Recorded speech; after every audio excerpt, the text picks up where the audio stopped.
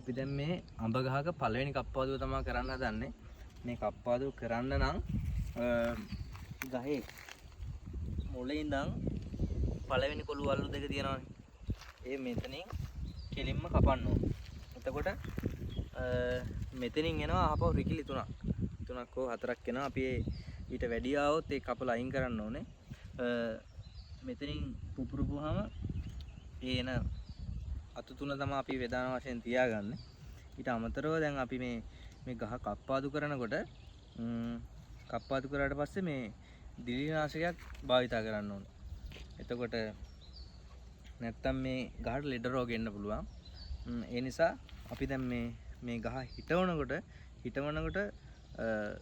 කාබනික පොර කිලෝ 10ක් විතර දාන්න ඕන. සාමාන්‍යයෙන් 5-10ක් අතර මේ ගහ කප්පාදු කරන්නේ ගහ හිටවලා මාස 3ත් මාස 6ත් අතර කාලය තුල තමයි මේ ගහ කප්පාදු කරන්න ඕනේ.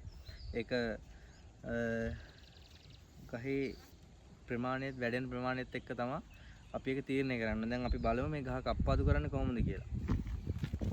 මම ඔයාලට කලින් මුලින්ම කිව්වා ගහේ මුලින් ඉඳන් පළවෙනි කොළු වල්ලු තුන දෙක මෙතනනේ තියෙන්නේ. මේ පළවෙනි එක මේ දෙවෙනි එක. එතකොට අපි දෙවෙනි එකෙන් කපලා අයින් කරනවා. මෙතනින් කොහොම කපලා අයින් කරනවා. අයින් කරාට පස්සේ අපි මේකට දිලිනාශකයක් භාවිතා කරන්න